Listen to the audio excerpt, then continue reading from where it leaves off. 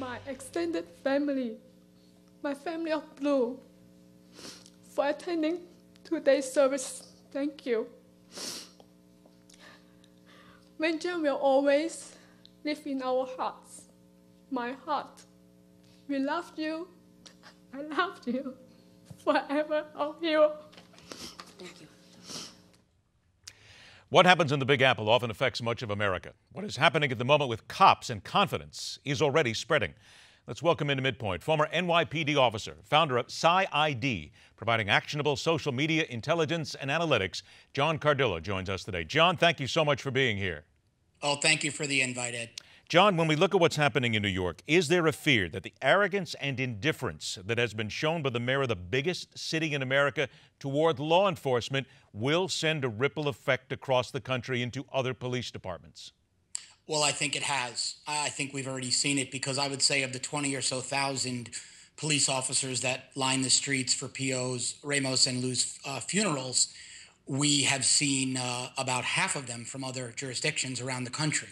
And they joined the NYPD in turning their backs on Bill de Blasio. And so I think that what you suspect has already happened. But let us then talk about this specifically here. And you just mentioned the officers turning their back on the mayor. The mayor is, in effect, their chief executive. They work for him. He leads the city. Bill Bratton is one of the most respected police commissioners in the nation, and he asks the officers not to turn their back, yet they did. What does this tell us then about the breakdown of a chain of command and what may be happening within the ranks? Well, it's a tremendous message. I had worked for Bill Bratton during his first stint as commissioner in the 90s. He was an outstanding police commissioner, very well respected by the rank and file. But when you're a New York City cop, the mayor has a lot of say in what you do, unlike many other cities. The mayor's office is very, very involved, and their decisions trickle down to the rank and file rather quickly. And so I think now the cops understand that the mayor, Commissioner de Blasio Commissioner Bratton is appointed by Mayor de Blasio, and that the mayor is ultimately calling the shots here. And they took it, and I will tell you what cops told me firsthand. They took the commissioner's what they call finest message. He put a request over the official NYPD communication system for them not to turn their backs. They took that as a challenge, and the cops interpreted that as the mayor using the commissioner as a surrogate. They felt the mayor was doubling down, so they doubled down. And it was a very bad, it was a strong message sent to the commissioner about their respect for him. Sorry to interrupt. No, but doesn't it send a bad message overall about cops? Because Mike Lupica in the New York Daily News today said, and about the cops, they begin to cede whatever high ground they had in their dispute with the mayor and look no better than the demonstrators they feel have been given more support by the mayor than they have. Isn't that fair? I think that's horribly unfair. The demonstrators on the Brooklyn Bridge took hammers out of a bag and beat two New York City police lieutenants to the point they were sent to the hospital. These police officers on city streets, public streets, peacefully and respectfully turn their backs on the mayor and to monitors of the mayor. Both families' wishes for no political statements made in the services were respected. But it still shows a tremendous disrespect, though, doesn't it? I mean, I think that disrespect is at the core of what's happening right now, because how can you have seriously average and well-meaning law enforcement if indeed that law enforcement doesn't respect their leadership? Well, I agree with you there, and maybe I misunderstood. It's disrespect toward Bill de Blasio, but respect is earned. And when Bill de Blasio made a statement that the cops described to me as incendiary rhetoric, when he implied that he and his wife fear for his son's safety at the hands of the NYPD, Bill de Blasio fired the opening salvo. He fired the first shot, and the cops are responding in kind. They're waiting for his apologetic overture, which hasn't come. Well, that's another point, too, here, because in the same column, Lupica even says that de Blasio must admit his mistakes to fix the relationship. I don't see him apologizing anytime soon, and I guess there are some people who feel that shouldn't he have done this already? I mean, it's not as if this has happened in the last 12 hours. We've seen this thing going downhill now for more than 2 weeks. Yeah, I agree with Mike Lupica there. And furthermore, not only hasn't he apologized, he reappointed the judge who freed on bail. It's unprecedented, freed on bail those assailants of the NYPD lieutenants. It's almost unheard of when somebody engages in a felony assault on police officers to release them on their own recognizance. Not only did the judge do it, but de Blasio gave her job back. And so a lot of cops took that as a slap in the face and another double down by the de Blasio administration. All right, now stand by. Breaking, we're back with John Cardillo. We'll dig into that ripple effect across the country and how cops on the beat, no matter the city you live in, no matter the town that you live in right now, could be figuratively pulling their punches in going after the bad guys because a number of them are afraid of what may happen to them if indeed they are doing their job. That and much more, where we question everything, and we continue right here on Midpoint.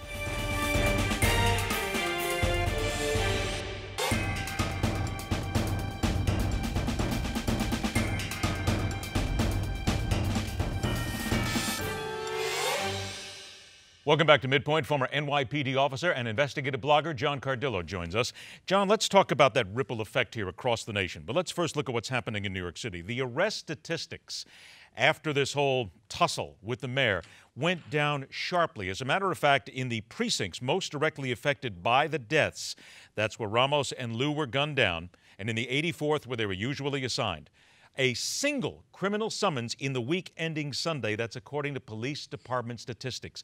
Are we reaching a point now where not only in New York but across the country, cops are going to start figuratively pulling their punches because they're afraid that if they make an arrest, if they go after a suspect, they're going to be charged with a hate crime, a racial crime, dragged into court, or even worse?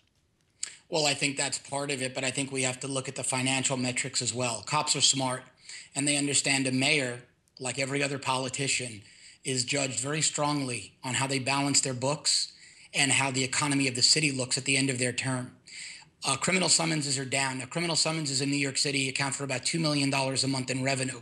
But more importantly, traffic and parking are down 94%, Ed, and they account for about $50 million a month in revenue in New York City. And so what the cops are doing is giving Bill de Blasio a nearly $500 million a year punch in the wallet. And that's very impactful when he runs for re-election. And I do also think it's what you mentioned. I think that there is a bit of it that's a concern about how they're going to be put under a microscope after taking appropriate police action. So now what becomes that appropriate police action, and how do we overcome that? Because I have talked to officers in 6 different cities across America. Each one of them told me the same thing. We are not afraid, but concerned that now whatever we do is going to be seen as racist, sexist, or we're doing something against the law and we're going to lose our jobs. How do we then get over that? Because there's people in this country right now who potentially see the cops on their beat not doing their job, not because they don't want to, but because they're afraid of the repercussions. Yeah, and you must be speaking to the same cops I am, because I'm hearing exactly what you're hearing from the men and women on the ground. I think it starts with their politically elected leadership, and they really have to now come out.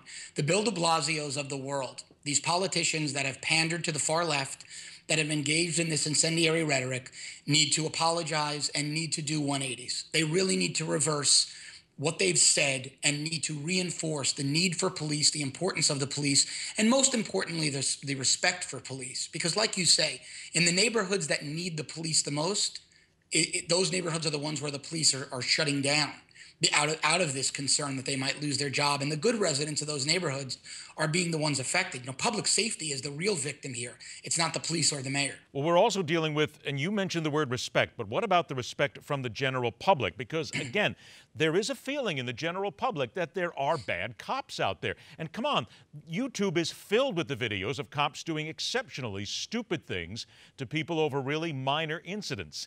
Isn't it also endemic, doesn't it also fall on the cops and the cop unions to start to weed out the rats in this business? There's not many of them, but get the bad eggs out of here, kick them to the curb as quickly as you can, and prove to people that we're not here to protect each other, which people already think that that's what's happening, but we're here to protect the public. Absolutely, 100%. And I am the first person that, look, I don't see systemic brutality or corruption in law enforcement in the United States. In fact, not systemic, but when it happens and it gets on video and it goes viral, which is what always happens, that one time stops everything. Oh, absolutely. We're agreeing. I may be saying it in a different way. What I'm saying is we have incredibly restrained law enforcement, but you're correct. That one knucklehead who does something stupid ruins it for the masses. And in those cases, absolutely, have internal affairs investigate, and if warranted, fire them, and if warranted, further prosecute them. I am 100% an advocate of that. But I want to explain to the audience, cops are as well. The good working men and women who are getting in their patrol cars and walking their beats every day don't want bad cops in the ranks. They don't want these YouTube videos demonizing the entire force for the actions of one or two.